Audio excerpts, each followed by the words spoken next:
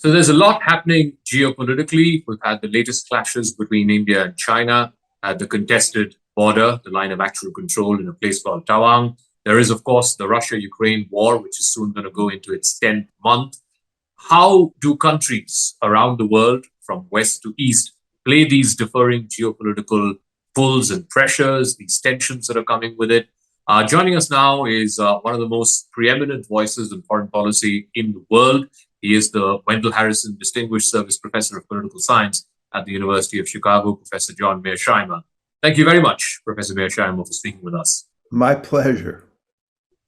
So let's start with the latest clashes that have happened between India and China. This is on the contested border, the line of actual control between both countries. We've had a similar incident a couple of years ago, and this now seems to be a bit of a pattern where the Chinese side seems to be very violently and very aggressively pressing its claims, much like what we've seen China do on its disputed maritime boundaries with Japan or South Korea or Vietnam, Philippines, etc.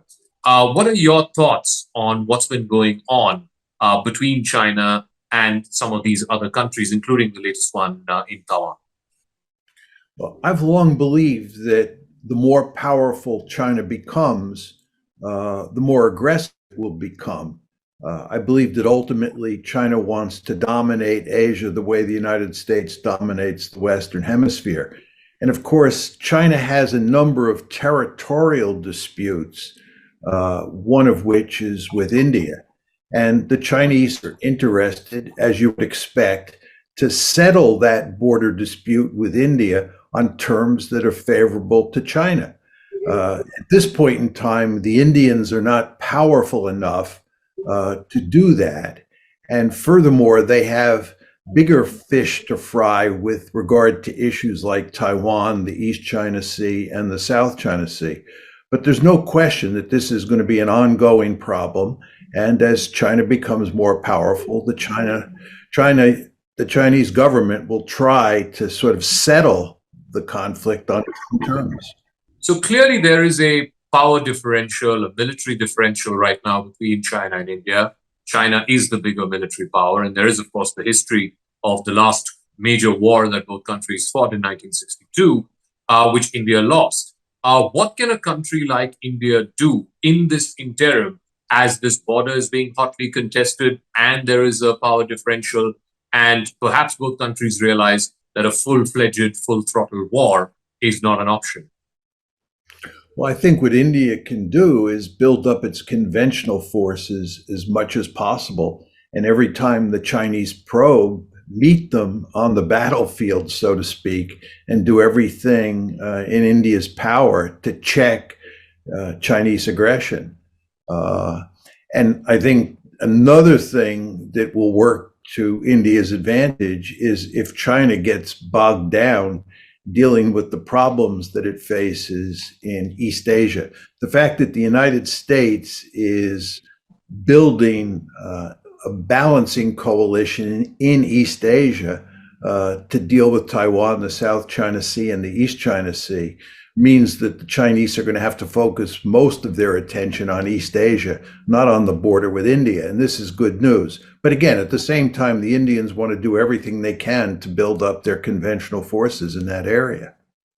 One of the things the Chinese repeatedly tell, not just the Indians, but also to the Philippines, to Japan, to South Korea, is it's the United States that is drawing you all away into what they call a U.S. embrace. And it's the United States that is wanting to start some kind of a new Cold War here in East Asia. So it is a bit of a catch-22 for many of these smaller countries.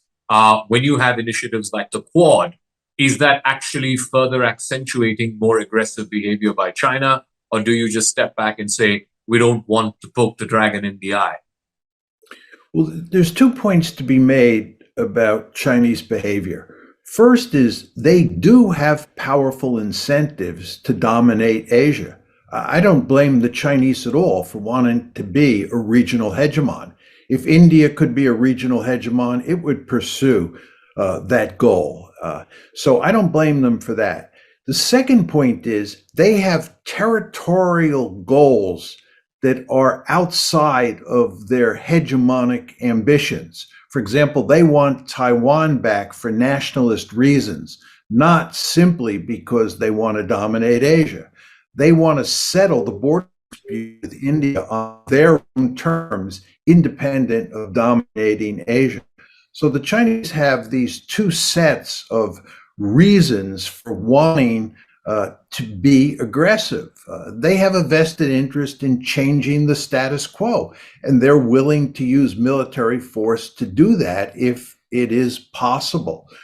So this is what you're up against. And I think the idea that Americans are principally responsible for this new Cold War is wrong-headed. And I don't say that because I'm an American. The Americans would actually like to maintain the status quo. It's the Chinese who, for understandable reasons, want to change the status quo. The same thing is true with regard to the China-India border. It's China that wants to change it in its favor and thinks it will eventually have the power to do that. And this causes all sorts of problems for India. Let's talk about the Taiwan issue. And that, like you said, is qualitatively different. It's not just a dispute. China wants it for nationalistic reasons.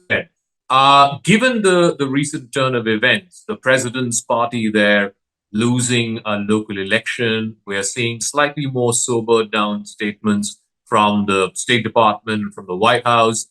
Do you see tempers sort of flaring down on the Taiwan question? Because let's face it, I mean, in this day and age, can China realistically, militarily, forcibly acquiesce a nation of 20 million people? I mean, look at what's happening in Russia, Ukraine. I think there's no question that both on the Chinese side and the American side, there is widespread recognition that Taiwan is an extremely dangerous situation. For the Chinese, it's sacred territory. The Chinese believe that it is essential that they take Taiwan back and make it part of the mainland. The Americans, on the other hand, are deeply committed to keeping Taiwan out of China's hands and want to make China an important ally in their containment policy against China. So you have this very volatile situation.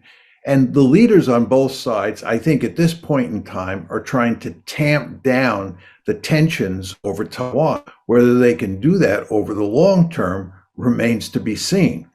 But I would argue it's reasonably easy to tamp down the tensions now because China, as you indicated, does not have the military capability to launch an amphibious operation across the Taiwan Straits and conquer Taiwan. More, as you also point out, Ukraine has demonstrated that the idea of using your military to conquer a huge piece of real estate, be it Ukraine or Taiwan, is a difficult undertaking, to say the least. So I think if the Chinese are watching carefully what's going on in Ukraine, and I'm sure they are, it has made them wary of thinking about invading Taiwan at this point in time. One final question on China, move to the Russia-Ukraine war. So over the last couple of months, we've had this unprecedented third term for Xi Jinping, the Chinese leader. Many say he's the most powerful leader in China since Mao Zedong. You had the 20th Party Congress, and everything that Xi Jinping said became rule.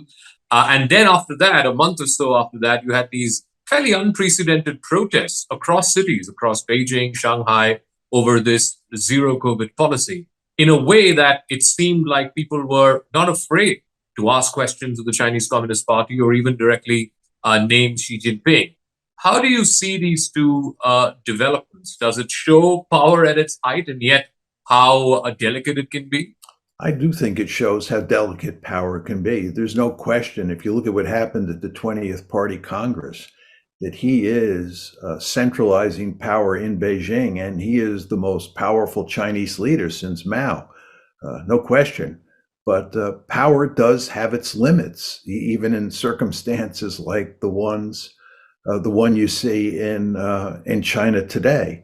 I don't think, however, that this represents a threat to his position in China. I think that he definitely had to adjust the policy on COVID, and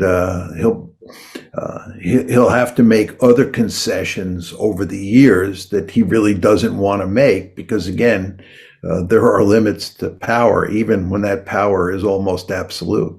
But I don't think that's a really big deal from a geopolitical point of view.